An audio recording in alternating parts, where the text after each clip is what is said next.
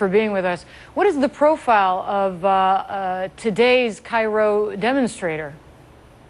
Well, I was in Tahrir Square last night, Hala, and I was among a predominantly male, but there were also women there of 30-somethings, with a few older people, but generally a middle and upper middle class group of young males demanding freedom. There were few economic grievances, if any, expressed during the 2.5 hours that I was there.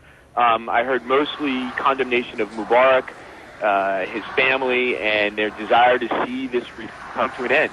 Right. And what's interesting is Muslim Brotherhood was not represented. They sat this one out. So what is the fact that middle-class, rather educated Egyptians are going out defying bans on protests? What does that say about the situation in Egypt today? Well, I think what it does is it undermines the two arguments that the regime has been making. One is that this is the result of Muslim Brotherhood agitation. Again, in Tahrir Square last night, there was no indication whatsoever that the Muslim Brotherhood was involved. And the other one is that this is a result of economic grievances. And again, these were relatively middle and upper middle class kids.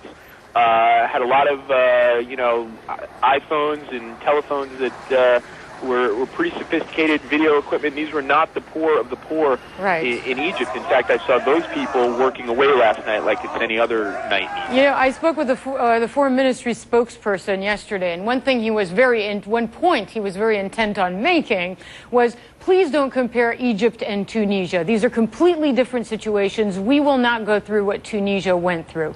Do you agree that they're completely different? And if not, how are they similar, and what impact might the demonstrations have?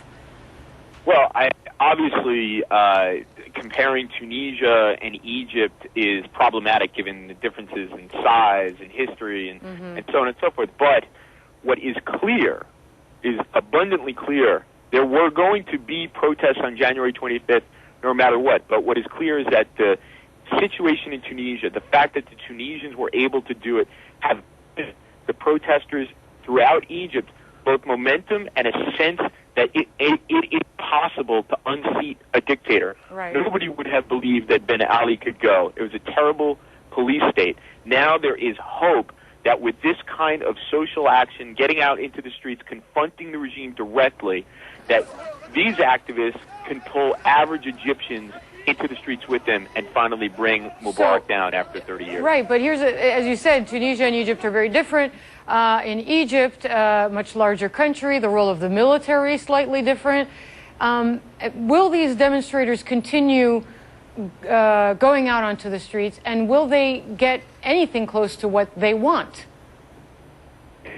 Really hard to predict, Hala. The situation is, as they say, and I hate to use the cliche, rather fluid. There are terrible, terrible protests, word of street fighting going on in Suez right now. Suez is obviously a very sensitive area. What will be an indication of whether these protesters are making any headway and whether Mubarak believes things could be slipping is if we see the appearance of either the Republican Guard or the Red Army. And there is precedent for this. In 1977, during the bread riot that shook Saddam, the military came out into the streets and ultimately put down the protests. The military here in Egypt has tried to stay out of the streets, believing that it is the Interior Ministry's work to do the dirty job of keeping Egypt's streets quiet.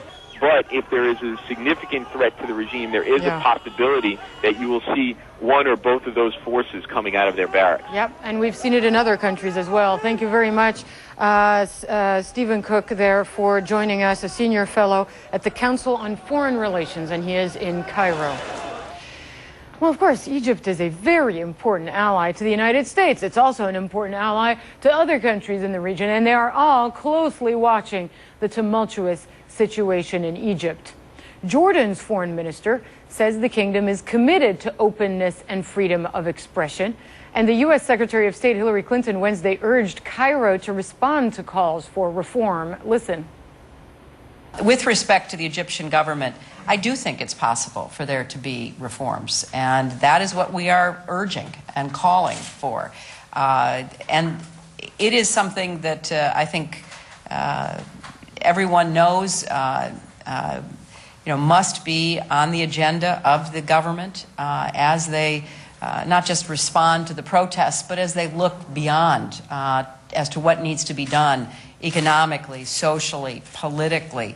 And there are a lot of very well-informed, active civil society leaders in Egypt who have put forward specific ideas for reform, and we are encouraging and urging the Egyptian government to be responsive to that.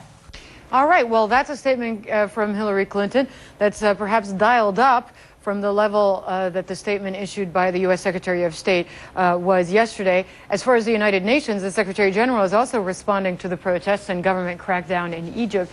Here's part of the statement from his office.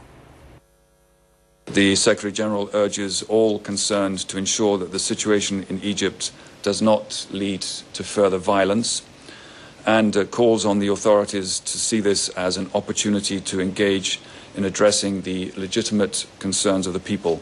And the UN will continue to monitor the situation in Egypt and in other parts of the region, and stands ready to help. All right, let's show you some new videos. We haven't been able to confirm independently where this was shot or when this was shot. In the streets of Cairo, new video of demonstrations happening there in the Egyptian capital. Protesters demanding that the government allow more openness, more freedom.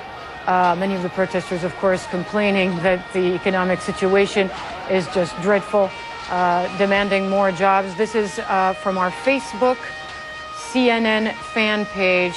One of our viewers posting this new video. It gives you a sense really on the ground level of what's unfolding in the Egyptian capital. A defining moment perhaps for the country. The protests in Egypt follow